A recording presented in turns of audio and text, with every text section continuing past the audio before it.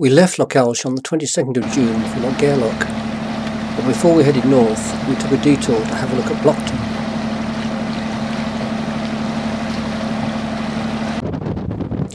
There is a sizable anchorage at Blockton and a castle, Duncraig Castle, but that is just another Victorian pile.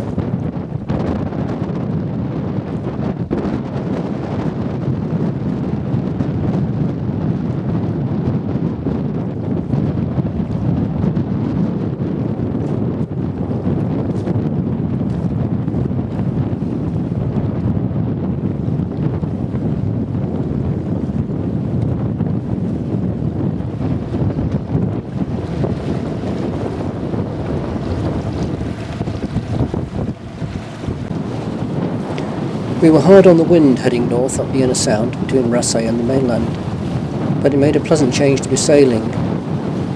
This is a major submarine training area and torpedo firing range, which explained the large tugs we had seen in Loch Alsh.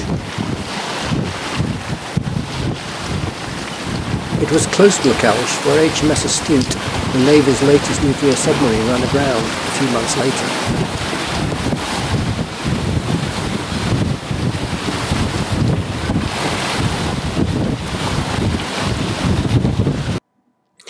In Loch Alsh there is the choice of either the village of Gairloch itself, which has a pontoon, or Bodacro, where you just anchor. As Bodacro looked pretty sheltered and was free, that's where we went.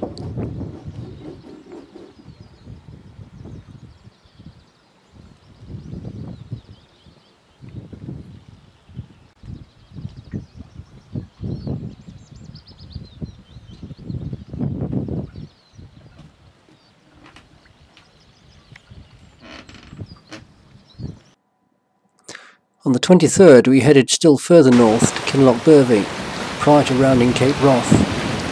There was a dead run up the coast with spectacular scenery and fairly dramatic skies.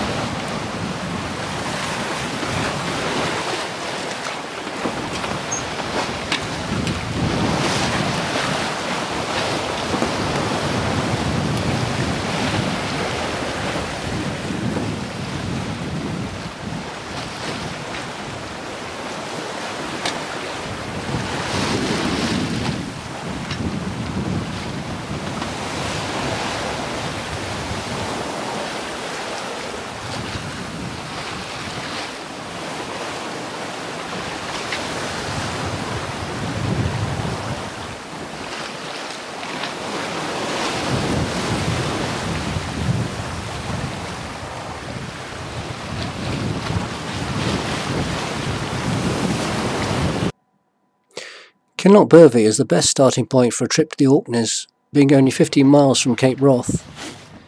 It is a side loch off Loch Inchard, and the whole area has attractive scenery, but Kinlochbervie itself is the back end of beyond. It has the facilities to serve a large fishing fleet, but only 4 vessels use it these days. There's one small shop, and that was closed all the time we were there, and a hotel with a bar about a mile away. There is a small marina, but it was full of boats waiting for a weather window to go round to the Orkneys. The harbour master said they'd been there for several days, and they were still there when we left, but they did eventually turn up in Stromness 2 days later. We were exiled to a pontoon for the locals, where we rafted up to a Dela 36 that had been left there for a couple of weeks.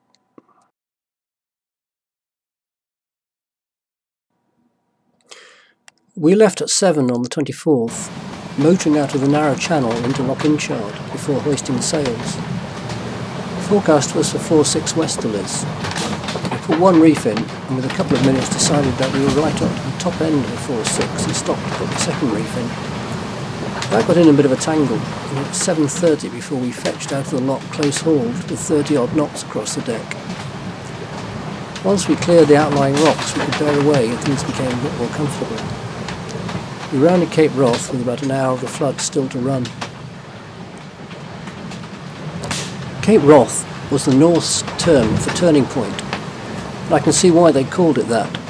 Of all the 4 corners of the UK, we had the greatest sense of turning a corner as we would bore away by 90 degrees onto a dead run for the Orkneys.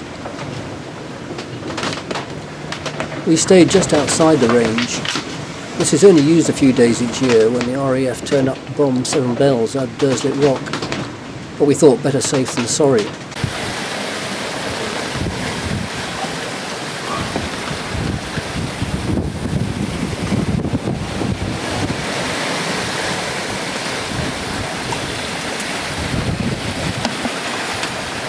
You're obscuring the cape. Head up a bit.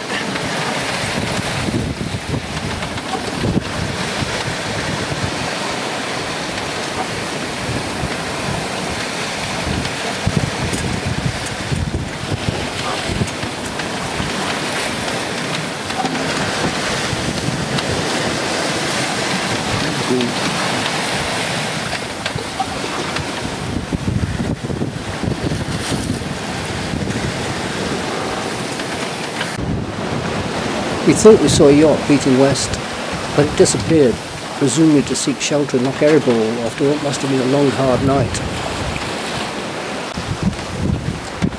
It's 58 miles from Cape Wrath to Stromness, so no average yacht can hope to round Cape Wrath with a favourable tide and carry it all the way through to the Sound of Hoy. If you try and fail, you will come to a grinding halt in the 8 knot end, pouring out of the Sound, complete with heavy overfalls.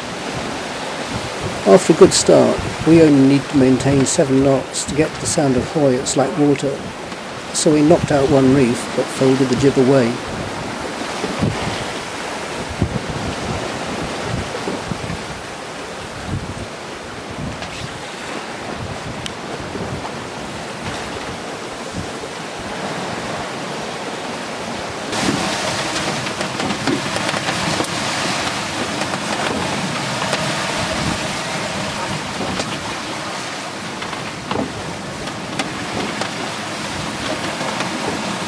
The seas don't look all that big, but there was a sizable swell running, as you can see by the way the Orkney ferry disappeared when we were in a trough, and the spray reached its deck when it went to a wave.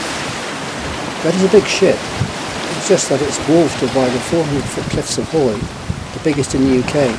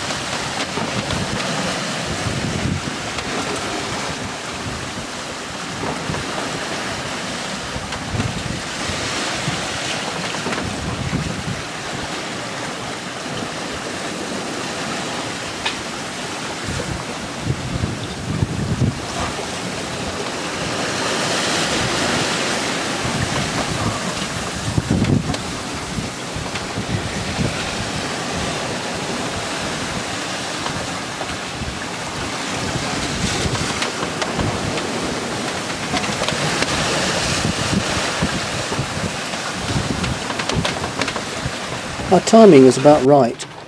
The tide was just beginning to turn as we approached the mouth of Hoy, and the seas showed no signs of breaking.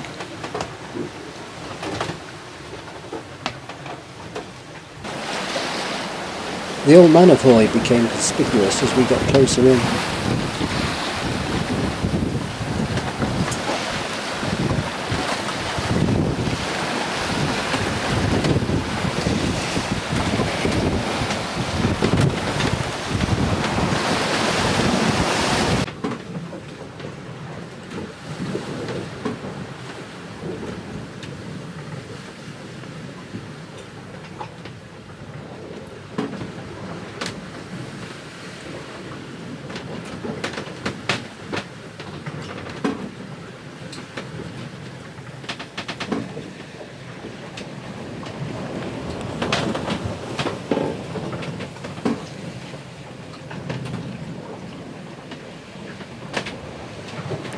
We went in via the North Channel, where the tide was now running at 5 knots, turned into Stromness Marina, where we moored at 6:30 in a fierce rain squall, after logging 77 miles at an average speed of 7 knots.